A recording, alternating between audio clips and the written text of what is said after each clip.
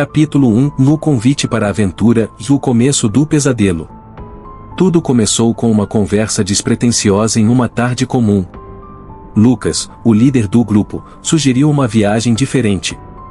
Nada de praias lotadas ou centros turísticos abarrotados.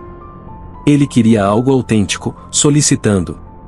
Foi então que se propôs explorar a Floresta da Névoa, um local pouco conhecido e cercado por mistérios. Seus amigos, Clara, João e Mariana, logo aceitaram a ideia. Para eles, seria uma chance de se desconectarem do mundo digital e enfrentarem a natureza de frente. No entanto, havia algo que Lucas não relatou: os rumores inquietantes que ouviram sobre aquele lugar. A Floresta da Névoa tinha uma segurança peculiar entre os moradores da vila na próxima. Eles contavam histórias de pessoas que entravam e nunca mais eram vistas, de luzes estranhas que surgiam entre as árvores, e principalmente, de uma presença que espreitava os incautos. Alguns a chamavam de a Sombra Errante. Embora as histórias parecessem absurdas, foram contadas com tanta verdade que até mesmo o mais cético sentiria um arrepio ao ouvir. Lucas sabia disso, mas preferiu não alarmar os amigos. Afinal, lendas são apenas lendas, e certo? No dia marcado, o grupo se reuniu na entrada da floresta. O clima estava perfeito, com o céu limpo e uma brisa leve.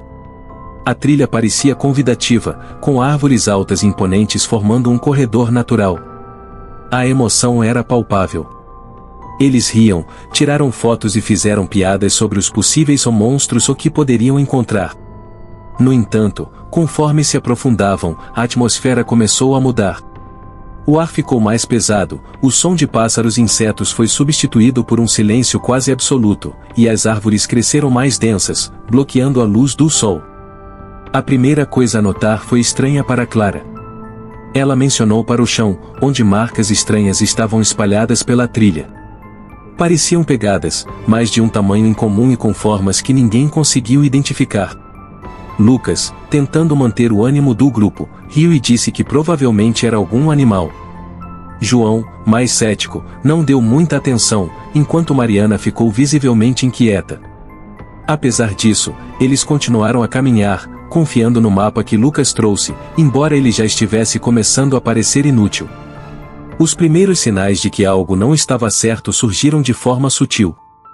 Um vento gelado passou por eles, embora não houvesse sinal de tempestade.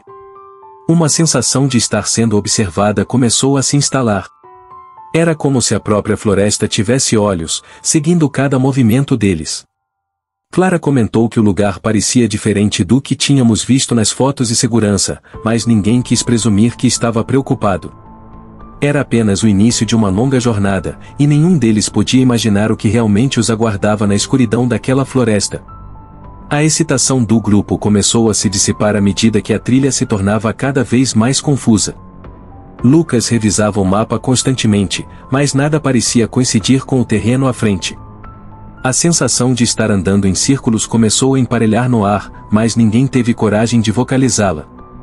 A Floresta da Névoa, antes apenas um local exótico para um passeio, agora se mostrava mais misterioso e ameaçador do que poderia imaginar. Eles tinham certeza de continuar achando que tudo era apenas parte da aventura. Mal sabiam que, ao ignorar os avisos, havia cruzado o limite entre a curiosidade e o desconhecido, e que o desconhecido nunca perdoa. Capítulo 2 A Floresta revela sua face e o despertar do desconhecido. O segundo dia na Floresta da Névoa começou com uma sensação inquietante. O grupo acordou cedo, mas o amanhecer trouxe pouca luz para aquele lugar. Era como se o sol não tivesse permissão para entrar. A névoa, que dava nome à floresta, parecia mais densa, envolvia tudo ao redor em um véu misterioso. Eles pretendiam seguir em frente, mas logo perceberam que a trilha principal desapareceria. O que antes parecia um caminho claro e definido agora era apenas um emaranhado de folhas secas e raízes retorcidas. Enquanto caminhavam, Clara mencionou algo estranho. Essas árvores não parecem iguais às que vimos ontem? Perguntou, hesitante. João tentou descontrair, brincando, claro que parece, Clara.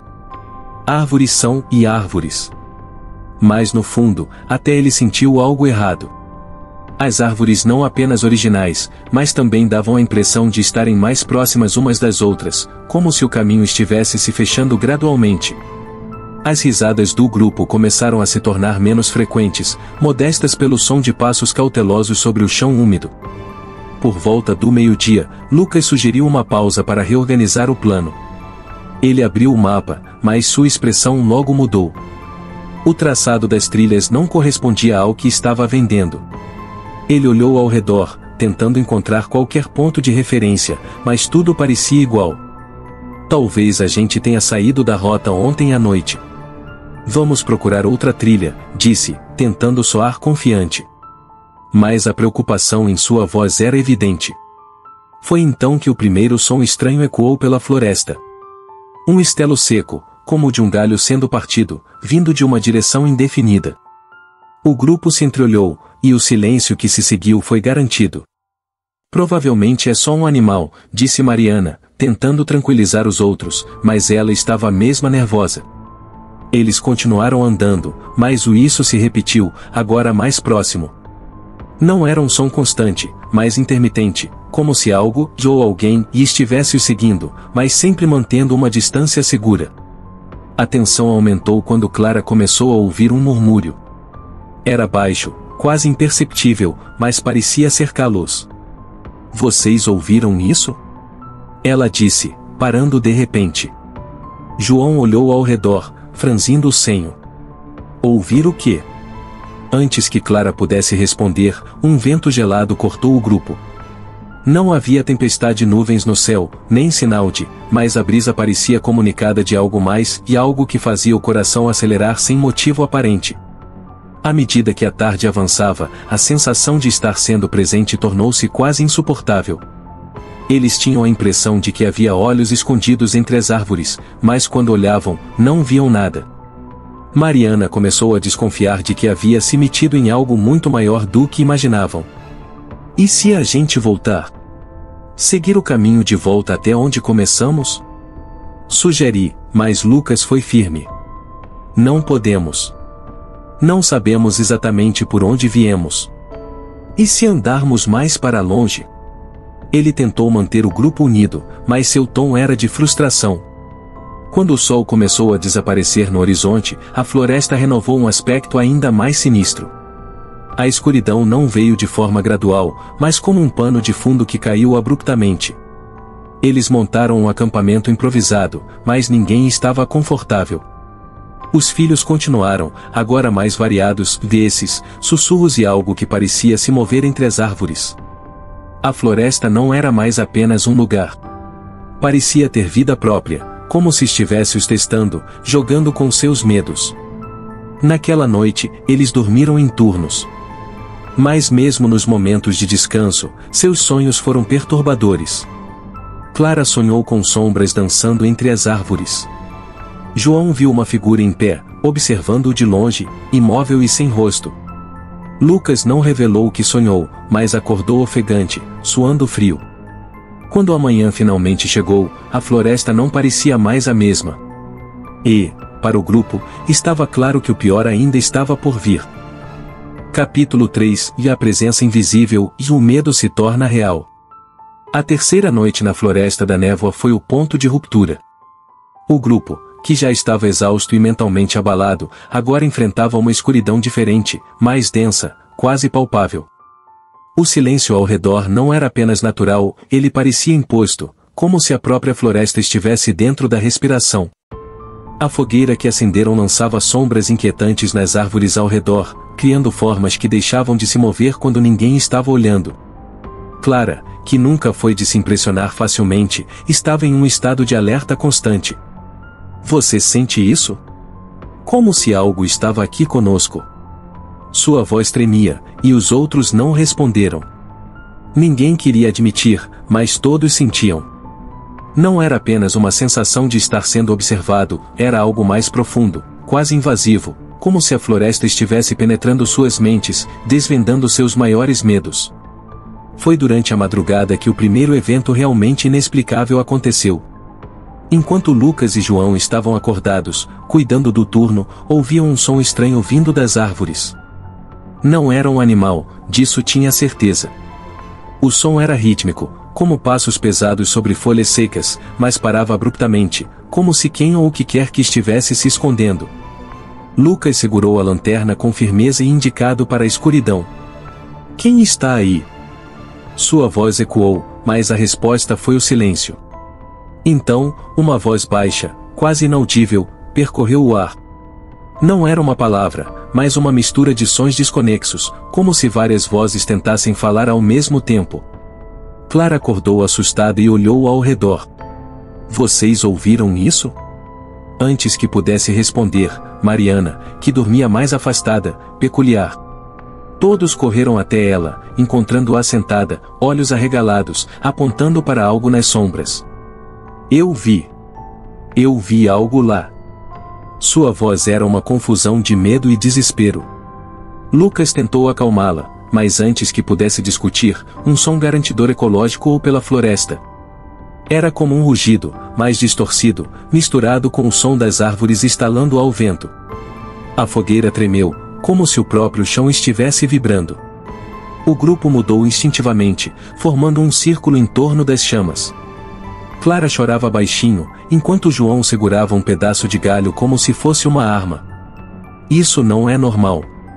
Isso não é normal, repetia para si mesmo, quase em transe. Foi então que percebi que Mariana não estava mais com eles.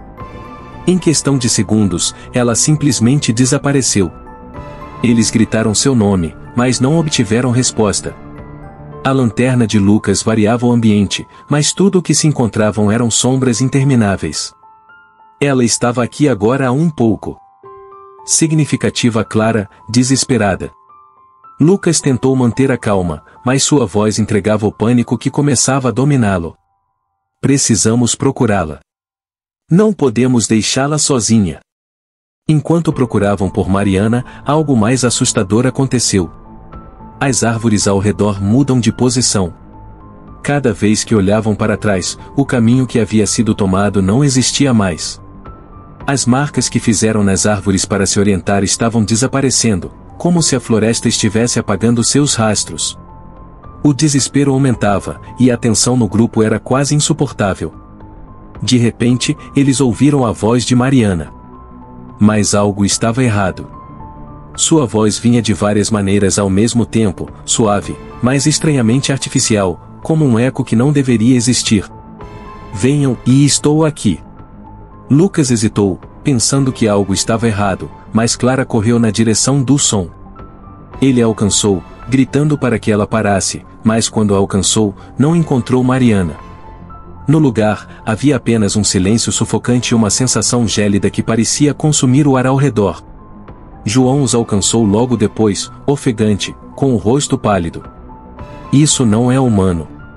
Algo está brincando com a gente. Foi nesse momento que Lucas viu que a floresta não era apenas um cenário. Ela estava viva. E pior, ela os queria ali, presos, separados, vulneráveis. Quando voltou ao acampamento, encontrou uma fogueira apagada e as conchas espalhadas, como se alguém ou algo estivesse passado por lá. A noite parecia interminável. Cada som, cada sombra, cada movimento ao redor aumentava a paranoia. Eles já não confiavam mais nem na própria percepção. Quando o dia finalmente começou a clarear, não sentiam um rompimento, apenas uma certeza aterrorizante: a floresta não os deixaria sair tão facilmente. E Mariana ainda estava desaparecida. Capítulo 4: O chamado da escuridão e um caminho sem volta. O nascer do sol trouxe pouca esperança. Na verdade, trouxe ainda mais confusão. A luz que deveria atravessar as copas das árvores era estranhamente fraca, quase como se a floresta se recusasse a permitir que o dia começasse de verdade. Lucas, Clara e João estavam exaustos. Eles mal dormiram e mal puderam acreditar que haviam sobrevivido à noite. Mas o pior foi a ausência de Mariana. Onde ela poderia estar? O que teria acontecido com ela? Lucas, mesmo atormentado pela culpa, liderou o grupo. Ele insistiu que eles precisassem se mover. Se ficarmos parados, será ainda pior. Precisamos encontrar um ponto alto, algo que nos dê visão.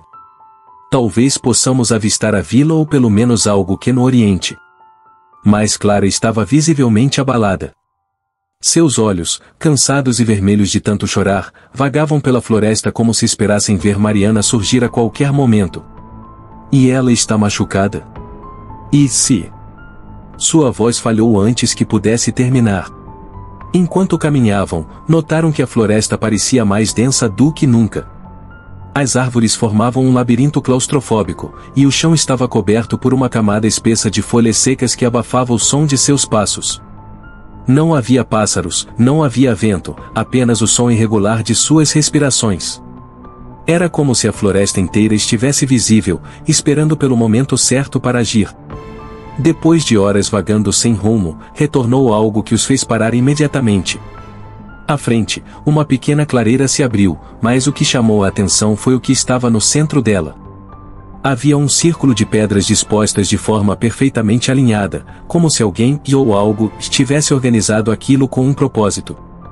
No centro do círculo, havia um objeto estranho, algo que parecia uma boneca rudimentar feita de galhos e folhas, amarrada com cipós. João foi o primeiro a falar.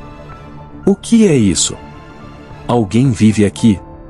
Sua voz era uma mistura de curiosidade e prazer. Lucas, hesitante, mudou-se do círculo, mas Clara o segurou pelo braço. Não é isso. Parece errado. Mas Lucas, teimoso, queria respostas. Ele se segue abaixo para observar a boneca mais de perto e descobrir algo que gelou seu sangue. O objeto tinha uma marca feita com o que parecia ser sangue seco. Não foi uma coincidência. Alguém ou alguma coisa os estava observando, e agora eles sabiam disso com certeza. Antes que pudesse decidir o que fazer, um som estridente cortou o silêncio, um grito que fez todos os três se virarem ao mesmo tempo. Era Mariana. Não havia dúvida. Sua voz ecoava pela floresta, carregada de desespero. Socorro! Por favor, me ajudem! Clara imediatamente procurou correr na direção do som, mas Lucas a segurou firmemente. Espere!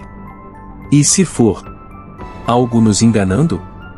João balançou a cabeça, ofegante. Não importa. Se há uma chance de que seja ela, temos que tentar. Eles correram em direção ao som, mas a floresta parecia brincar com eles. Cada vez que ficavam mais próximos, o grito de Mariana parecia mudar de direção. Era como se a própria floresta estivesse manipulando o espaço ao redor. Clara começou a chorar novamente, gritando o nome da amiga. Mariana! Onde você está? Por favor, responda. Mas tudo o que ouvi foi o eco, repetindo os gritos de forma distorcida, quase zombeteira. Finalmente, chegou a outra clareira. Mas desta vez, algo era diferente. No centro havia um tronco de árvore retorcido e marcado com símbolos desconhecidos.